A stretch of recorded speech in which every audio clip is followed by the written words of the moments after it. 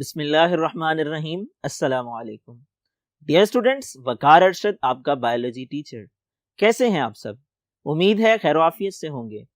Dear students, biology एक बहुत interesting subject है और बायोलॉजी के अंदर हम जिंदगी का मुतालिया करते हैं, हम जानदारों का मुतालिया करते हैं। बायोलॉजी के अंदर हम जानदारों में होने वाली तमाम चीज़ों को स्टडी करते हैं, हम जानदारों की बनावट का मुतालिया करते हैं, जानदारों के अफ़आल को समझने की कोशिश करते हैं। डियर स्टूडेंट्स, ये बहुत इंटरेस्टिंग सब्जेक्ट है जो कि ज़िंदगी से मुतल्लिक हमें आगाही मुहैया करता है। आपके साथ 9th क्लास में बायोलॉजी के इस सब्जेक्ट को शुरू करने के लिए आज हम 9th क्लास के पहले चैप्टर का आगाज कर रहे हैं। डियर स्टूडेंट्स, ये चैप्टर आपके लिए बहुत से दिलचस्प मौज़ूआत पर मुश्तमिल है और इस चैप्टर के अंदर बेसिक इंट्रोडक्शन है बायोलॉजी का। बायोलॉजी क्या है, बायोलॉजी की शाखें कौन सी हैं और बायोलॉजी में मुसलमान साइंसदानों की क्या खिदमात हैं, ये तमाम चीज़ें हम डिस्कस करने वाले हैं। आइए आज के लेक्चर को डिस्कस करने के लिए मूव करते हैं व्हाइट बोर्ड की तरफ। डियर स्टूडेंट्स, आज चैप्टर का आगाज करते हैं और इंट्रोडक्शन को डिस्कस कर लेते हैं। हम जिस सब्जेक्ट को पढ़ने जा रहे हैं दरअसल वो साइंस से ताल्लुक रखता है। साइंस की बात की जाए, साइंस एक ऐसा इल्म है जो इंसान को इस दुनिया और उसके अंदर मौजूद तमाम चीज़ों के बारे में मालूमात फराहम करती है। साइंस की बात की जाए, साइंस एक ऐसा इल्म है कि जिसके ज़रिए से हम अपने इर्द गिर्द होने वाली तब्दीलियों को समझने की कोशिश करते हैं। साइंस एक ऐसा इल्म है जो हमें बताती और समझाती है कि ये कायनात क्या है और इसका निज़ाम कैसे चल रहा है। साइंस एक ऐसा इल्म है जिसकी मदद से हम लाइफ प्रोसेसेस को अंडरस्टैंड करते हैं। साइंस एक ऐसा इल्म है जिसकी मदद से हम ज़मीन की कंपोजिशन को स्टडी करते हैं। साइंस एक ऐसा इल्म है जिसकी मदद से हम हवा का मुतालिया करते हैं। ये वो इल्म है जो हमें अशिया के बारे में मालूमात फराहम करता है। डियर स्टूडेंट्स, मुख्तसर और सादा अल्फाज में अगर आप साइंस को समझना चाहें तो साइंस एक ऐसा इल्म है जो हमें हमारे माहौल से मुतल्लिक, हमारे इर्द गिर्द मौजूद अशिया से मुतल्लिक आगाही फराहम करता है। That provide understanding about world and how it works, इस बारे में हमें समझाने की कोशिश करता है। डियर स्टूडेंट्स, साइंस की बात की जाए, इस इल्म की बात की जाए तो जब से इंसान पैदा हुआ है वो ये इल्म हासिल करता चला आ रहा है। वक्त के गुजरने के साथ साथ मालूमात में इजाफा होता चला जा रहा है। मालूमात को हासिल करने के जराए बेहतर से बेहतर होते चले जा रहे हैं।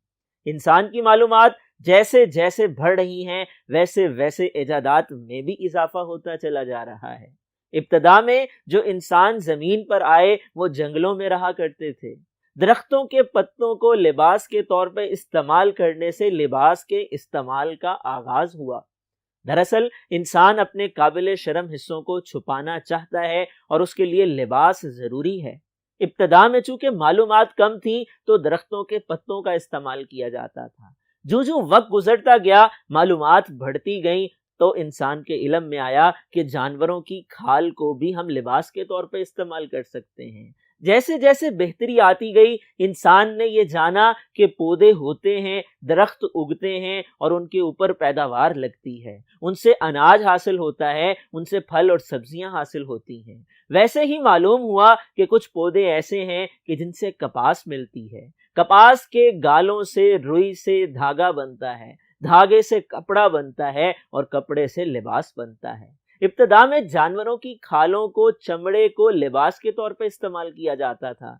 फिर उसके अंदर बेहतरी पैदा होती गई और आज हम जिस हालत में चमड़ा इस्तेमाल करते हैं वो जदीद शक्ल है जो कि प्रोसेसिंग के बाद तैयार की जाती है। डियर स्टूडेंट्स, कपड़ा जो कि धागे से बनता है ये उसकी लेटेस्ट फॉर्म है। इब्तदा में इंसान गारों में रहा करता था, जंगलों के अंदर पनाह लिया करता था, लेकिन वक्त के गुजरने के साथ साथ इंसान ने ये जाना, ये सीखा और उसके इल्म में इजाफा हुआ तो कच्चे घर बनाने का आगाज हुआ। कच्चे घर पहले दरख्तों के तनों से बनाए जाते थे, फिर उसकी जगह मिट्टी ने ले ली, फिर उसकी जगह ईंट बन गई और अब हम जदीद इमारतों को देखते हैं जो कि ईंट से भी बनती हैं, जिसमें सीमेंट भी इस्तेमाल होता है, जिसमें सरिये का इस्तेमाल भी होता है। इब्तिदा में इंसान कच्चा गोश्त इस्तेमाल करता था। डियर स्टूडेंट्स, ये कच्चा गोश्त आहिस्ता आहिस्ता पकाकर खाना शुरू किया गया। जब इंसान ने ये दरियाफ्त किया दो पत्थरों को आपस में रगड़ा जाए तो आग पैदा होती है। उस आग को इस्तेमाल करके गोश्त को पकाने के अमल को शुरू किया गया। इब्तिदा में इंसान बागात नहीं लगाता था, खेती बाड़ी नहीं करता था। फिर उसके इल्म में आया कि पौधों के बीज होते हैं, बीजों को जमीन में दबाया जाता है, उनसे नए पौधे बनते हैं। इंसान ने काश्तकारी और खेती बाड़ी का अमल शुरू किया। डियर स्टूडेंट्स, वक्त के गुजरने के साथ जब हम तारीख का मुतालिया करते हैं तो हमें ये दिखाई देता है कि मुख्तलिफ अदवार में इंसान ने अपने तजुर्बे और मुशाहिदे की बुनियाद पर अपनी मालूमात में इजाफा किया, और ये मालूमात जो हमें ज़मीन के बारे में आगाही देती हैं, ज़मीन के निज़ाम को समझने में मदद देती हैं, इन मालूमात को दरअसल साइंस कहा जाता है। डियर स्टूडेंट्स, इब्तिदा में ये साइंस का इल्म बहुत महदूद था, इतना महदूद था कि इसकी शाखें नहीं थी, इसको ब्रांचेस में डिवाइड नहीं किया गया था। लेकिन जैसे जैसे ये इल्म बढ़ता गया और उसकी मालूमात में इजाफा होता चला गया, इंसान के लिए सारे इल्म को समझना मुश्किल होता गया, तो इंसान ने अपनी आसानी की खातिर इस इल्म को मुख्तलिफ शाखों में तकसीम कर दिया। आज हम साइंस की मुख्तलिफ शाखों का मुतालिया करते हैं और उनमें से जो मेजर डिसिप्लिन्स हैं, जो मेजर डिवीजन्स हैं, जो मेजर ब्रांचेस हैं, वो फिजिक्स है, वो केमिस्ट्री है, इसी तरह से वो बायोलॉजी है। डियर स्टूडेंट्स, साइंस की डेफिनेशन की जाए, इंपॉर्टेंट क्वेश्चन है, आपके इम्तिहानात में पूछा जा सकता है, आप इसका जवाब यूं लिख सकते हैं, study in which observations are made, ऐसा मुतालिया जिसमें चीजों को ऑब्जर्व किया जाता है, एक्सपेरिमेंट्स आर डन, तजर्बात से गुजारा जाता है, and logical conclusions are drawn in order to understand the principles of nature. Dear students, ये कुछ keywords हैं, observation, experimentation, logical conclusion and principles of nature. अगर हम इसको समझने की कोशिश करें, ऑब्जर्वेशन का मतलब होता है अपनी आंखों से देखना, अपने हाथों से महसूस करना, अपनी जुबान से चखना, अपने नाक से सूंघना और महसूस करना, कानों से सुनना। ये अल्लाह ताला ने हमें 5 हिस्से दी हैं, 5 सेंसेस दी हैं, इनको यूटिलाइज करना, इस्तेमाल में लेके आना और समझने की कोशिश करना, इसको ऑब्जर्वेशन कहा जाता है। डियर स्टूडेंट्स, जब आप ऑब्जर्वेशन करते हैं, अपनी सेंसेस को यूटिलाइज करते हैं, आंखों से देखते हैं, कानों से सुनते हैं, नाक से सूंघते हैं, जुबान से चखते हैं, हाथ से महसूस करते हैं, तो आपको जो अंडरस्टैंडिंग होती है वो ऑब्जर्वेशन कहलाती है। आप जब उसको एक फिक्रे की सूरत में ढाल देते हैं, वो हाइपोथेसिस कहलाता है, उसको मफरूजा या नजरिया कहा जाता है। डियर स्टूडेंट्स, इसको तजर्बे से गुजारा जाता है ताकि सही या गलत साबित किया जा सके, और अगर वो सही साबित हो जाए तो हम प्रिंसिपल्स ऑफ नेचर को अंडरस्टैंड करने के काबिल हो जाते हैं, कुदरत के असूलों को समझने में कामयाब हो जाते हैं। अगर हम मिसाल से समझने की कोशिश करें, अगर हम फर्ज करें एक लाइट है, एक ट्यूब लाइट रोशनी पैदा करती है, आप ये देखते हैं अपनी आंखों से उस ट्यूब लाइट के साथ एक वायर मौजूद है और वो वायर सॉकेट तक जाती है, सॉकेट के ऊपर बटन मौजूद हैं। आप ऑब्जर्व करने के बाद एक्सपेरिमेंट करते हैं, एक्सपेरिमेंट करते हुए आप उन बटन्स को इस्तेमाल करते हैं, उनको नीचे ऊपर दबा करके देखते हैं, तो आपको समझ आती है यहाँ पर असूल ये है कि बटन जब दबाया जाएगा ये रोशन हो जाएगी और ये ऑन होने पर रोशनी को पैदा करेगी। इस तरह से आप प्रिंसिपल्स को अंडरस्टैंड करते हैं। आप ऑब्जर्व करते हैं, दिन के बाद रात आती है, रात के बाद दिन आता है, ये एक निज़ाम है कायनात का जो अल्लाह का बनाया हुआ है। आप इसको ऑब्जर्व करने के लिए अपनी सेंसेस को यूटिलाइज करते हैं। डियर स्टूडेंट्स, ये अंडरस्टैंडिंग डेवलप करना दरअसल साइंस ही की वजह से है। साइंस के इल्म में फर्दर डिवीजन्स की बात करने के बाद आइए फर्दर डिटेल्स को डिस्कस कर लेते हैं। Dear students, need of classification की बात की जाए तो दरअसल साइंस को ब्रांचेस में डिवाइड करने का मकसद ये है हजरत इंसान साइंस के इल्म को अच्छी तरह अंडरस्टैंड कर सके। साइंस के इल्म को समझने के लिए जरूरी है उसको शाखों में तकसीम किया जाए। यही वजह है कि हम साइंस को बायोलॉजी में भी पढ़ते हैं, हम साइंस को फिजिक्स में भी पढ़ते हैं और हम साइंस को केमिस्ट्री में भी पढ़ते हैं। डियर स्टूडेंट्स, बायोलॉजी की बात की जाए, ये हमारा मौजू है, ये हमारा सब्जेक्ट है और यही हमारा टॉपिक है जिसको आज हमने अंडरस्टैंड करना है, आने वाली क्लासेस में डिटेल में डिस्कस करना है। इसके अंदर हम जिंदगी का मुतालिया करते हैं। फिजिक्स की बात की जाए, फिजिक्स के अंदर हम मादा और एनर्जी के ताल्लुक का मुतालिया करते हैं। मैटर और एनर्जी का आपस का रिलेशन क्या है, इनमें क्या ताल्लुक है, समझने की कोशिश करते हैं। चीजें हरकत कैसे करती हैं, मैकेनिक्स का प्रिंसिपल क्या है, लॉ ऑफ मोशन क्या है, ये फिजिक्स का मौजू है। केमिस्ट्री की बात की जाए, हम इसमें मादे की कंपोजिशन को पढ़ते हैं, अज्जाए तरकीबी को समझने की कोशिश करते हैं, मादे को बनाने वाले अज्जा की खसूसियात को समझते हैं, उनके आपस के मिलाप यानी केमिकल रिएक्शन को समझते हैं। आइए बायोलॉजी की डेफिनेशन को समझ लेते हैं, बायोलॉजी के मतलब को समझ लेते हैं।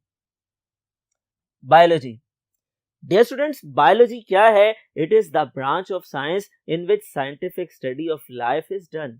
ये साइंस की वो ब्रांच है कि जिसके अंदर हम जिंदगी का साइंसी बुनियादों पर मुतालिया करते हैं। आप मुख्तसरन इसकी डेफिनेशन यूं लिख सकते हैं, scientific study of life is called biology. Dear students, scientific study की बात अगर की जाए तो इसका मतलब क्या है? साइंसी मुतालिया करना। साइंसी मुताले का मतलब क्या है? ऑब्जर्वेशंस करना, अपनी सेंसेस को यूटिलाइज करना। जिस चीज को आप ऑब्जर्व कर रहे हैं, जिस जानदार की जिंदगी का आप मुतालिया कर रहे हैं, जिस जानदार के जिस्म की बनावट को आप समझ रहे हैं, उसको अपनी सेंसेस के इस्तेमाल में लाकर समझने की कोशिश करना और उस पर इससे पहले जिन साइंसदानों ने मुतालिया किया है उसको भी अंडरस्टैंड करना, उसको भी अंडर ऑब्जर्वेशन रखना। Dear student, scientific study of life का मतलब यह है कि जिंदगी के तमाम पहलुओं को मद्देनजर रखते हुए ऑब्जर्व करने, समझने की कोशिश करना, तमाम इंस्ट्रूमेंट्स को गुरुए कार लेकर के आना, तमाम टूल्स को यूटिलाइज करना। बायोलॉजी की ब्रांचेस की बात की जाए, बायोलॉजी का इल्म भी बहुत वसी है, इतना वसी है कि उसको ब्रांचेस में डिवाइड किए बगैर समझना मुश्किल है। बायोलॉजी के इल्म की वसअत की बुनियाद क्या है? दरअसल इस दुनिया में बेशुमार जानदार पाए जाते हैं और कुल जानदार कितने हैं उनकी तादाद आज भी हमारे इल्म से बाहर है। साइंसदानों के मोहतात अंदाजे के मुताबिक बहुत बड़ी अक्सरियत ऐसे है जो कि हमारे इल्म से बाहर है। डियर स्टूडेंट्स, ये इकसाम तो एक तरफ, इनकी कुल तादाद क्या है ये भी हम नहीं जानते हैं। अलबत्ता एक मोहतात अंदाजे के मुताबिक 1.5 मिलियन और 0.5 मिलियन प्लांट्स और एनिमल्स इस दुनिया में पाए जाते हैं। डियर स्टूडेंट्स, इतनी बड़ी तादाद को समझना मुश्किल है अगर हम इसको क्लासिफिकेशन के अमल से नहीं गुजारते हैं, ब्रांचेस में डिवाइड नहीं करते। यही वजह है कि बायोलॉजी के इल्म को समझने के लिए भी मेजर डिवीजन्स में तकसीम किया गया है, मुख्तलिफ ब्रांचेस में डिवाइड किया गया है। डियर स्टूडेंट्स, बायोलॉजी की ब्रांचेस को आइए डिस्कस करते हैं, समझने की कोशिश करते हैं कि बायोलॉजी को किन मेजर डिवीजन्स में तकसीम किया गया है।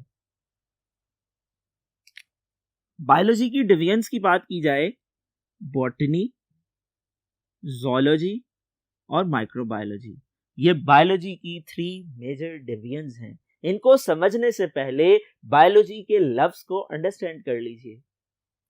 बायोलॉजी का लफ्ज अगर इसकी एटमोलॉजी को स्टडी किया जाए, यानी इस लफ्ज के ओरिजिन को स्टडी किया जाए, एटमोलॉजी दरअसल साइंस की एक ब्रांच है कि जिसमें हम किसी भी लफ्ज की तारीख का मुतालिया करते हैं।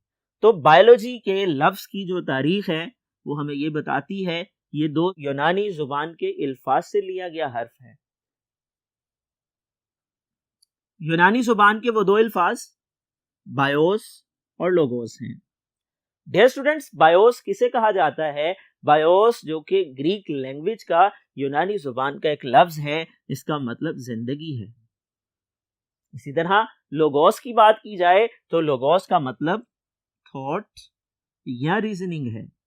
यानी हम ये कह सकते हैं कि ये 2 अल्फाज बायोस एंड लोगोस का मजमुआ है और बायोस का मतलब लाइफ है तो लोगोस का मतलब थॉट्स या रीजनिंग है। बायो में हम दरअसल उस थॉट को पढ़ते हैं, उस रीजनिंग को पढ़ते हैं जो लाइफ से रिलेटेड है, जो जानदारों से ताल्लुक रखती है, जो लिविंग वर्ड से रेलेवेंट है। डियर स्टूडेंट्स, इंपॉर्टेंट है, शॉर्ट क्वेश्चन के तौर पे पूछा जा सकता है, एमसीक्यू के सवालात का हिस्सा बन सकता है। बताइए ये किन दो अल्फाज पर मुश्तमिल है? आपने याद रखना है बायोस और लोगोस को। आपसे इन दोनों का मतलब पूछा जा सकता है।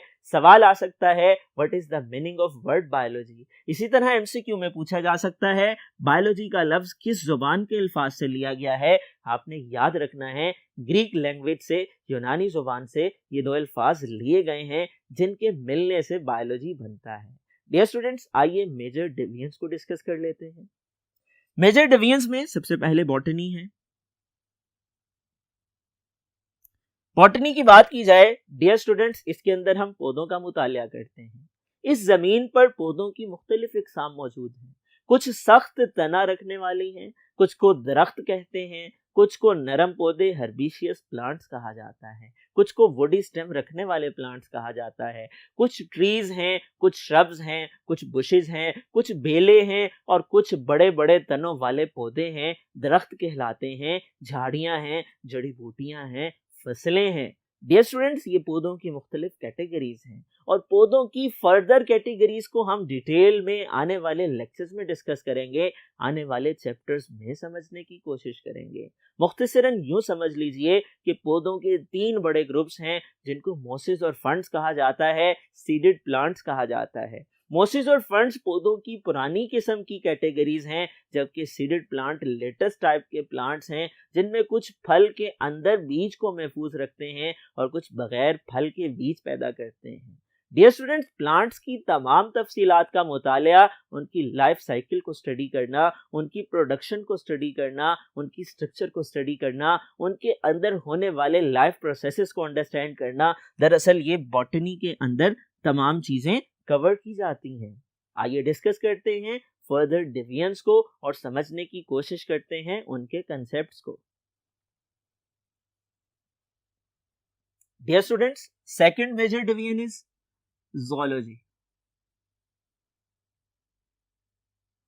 ज़ूलॉजी की बात की जाए, आप लोगों ने जू का लफ्ज सुना होगा। ये चिड़िया घर के लिए इस्तेमाल होता है। ये ऐसा रिक्रिएशनल पॉइंट है, तफरीही मकाम है जहाँ पे मुख्तलिफ जानवरों को रखा जाता है, पाला जाता है। लोग वहाँ सैरो तफरीह की गर्ज से आते हैं। आपने जहन में रखना है जू से ज़ूलॉजी है। जू के अंदर चूंकि एनिमल्स को रखा जाता है, लॉजी का मतलब अंडरस्टैंड करना होता है, थॉट्स या रीजनिंग होता है। आप यहाँ से इसको याद कर सकते हैं। ज़ूलॉजी दरअसल बायो की वो ब्रांच है कि जिसके अंदर हम एनिमल्स को स्टडी करते हैं। Study of animals, it is the branch which deals with the study of animals. आप इसकी डेफिनेशन यूं लिख सकते हैं, तमाम के तमाम जानवर जो इस दुनिया पे मौजूद हैं, पाए जाते हैं, उनकी मुख्तलिफ इकसाम क्या हैं। कुछ उड़ते हैं, कुछ तैरते हैं, कुछ अपनी 4 टांगों पे चलने वाले हैं, कुछ 2 टांगों पे चलने वाले हैं, कुछ पेट के बल रेंगने वाले हैं। इनकी खसूसियात में क्या फ़र्क है, इनकी बनावट में क्या फ़र्क है, इनके लाइफ साइकिल में क्या डिफरेंस है, इनकी तर्ज ज़िंदगी में कौन सा इख्तलाफ है, ये सारी चीज़ें ज़ूलॉजी के अंदर स्टडी की जाती हैं। डियर स्टूडेंट्स, इसके बाद डिस्कस करते हैं तीसरी मेजर डिवीजन जो कि माइक्रोबायोलॉजी है।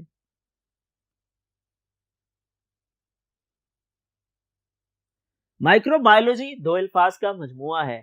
माइक्रो का मतलब छोटा होता है, बायोलॉजी का मतलब लाइफ होता है। यानी दरअसल हम उन जानदारों को भी बायोलॉजी में पढ़ते हैं जो बहुत छोटे हैं। इतने छोटे हैं आपकी आंख उन्हें देखने से कासिर है। उनको देखने के लिए आपको खास किस्म के आलात की जरूरत है जिन्हें माइक्रोस्कोप का नाम दिया जाता है। उसकी फर्दर कैटेगरीज हैं जिन्हें लाइट और इलेक्ट्रॉन माइक्रोस्कोप कहा जाता है।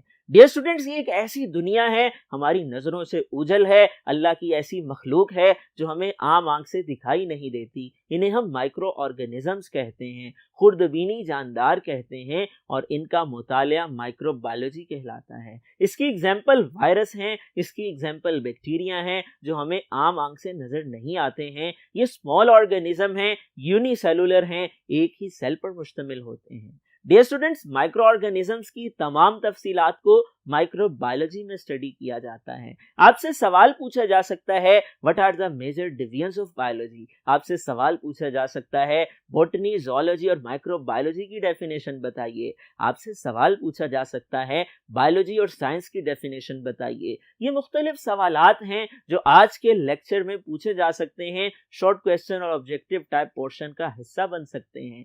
डियर स्टूडेंट्स, आज हमने बायोलॉजी के इंट्रोडक्शन को समझने की कोशिश की और उसके बेसिक कंसेप्ट्स को अंडरस्टैंड किया। मुझे उम्मीद है आज का ये लेक्चर आप लोगों ने समझ लिया होगा और आप इसको अच्छी तरह से याद भी करेंगे, अपनी नोटबुक पे नोट डाउन भी करेंगे। डियर स्टूडेंट्स, अगले लेक्चर तक के लिए इजाजत दीजिए, अपना ख्याल रखिएगा। अल्लाह हाफिज।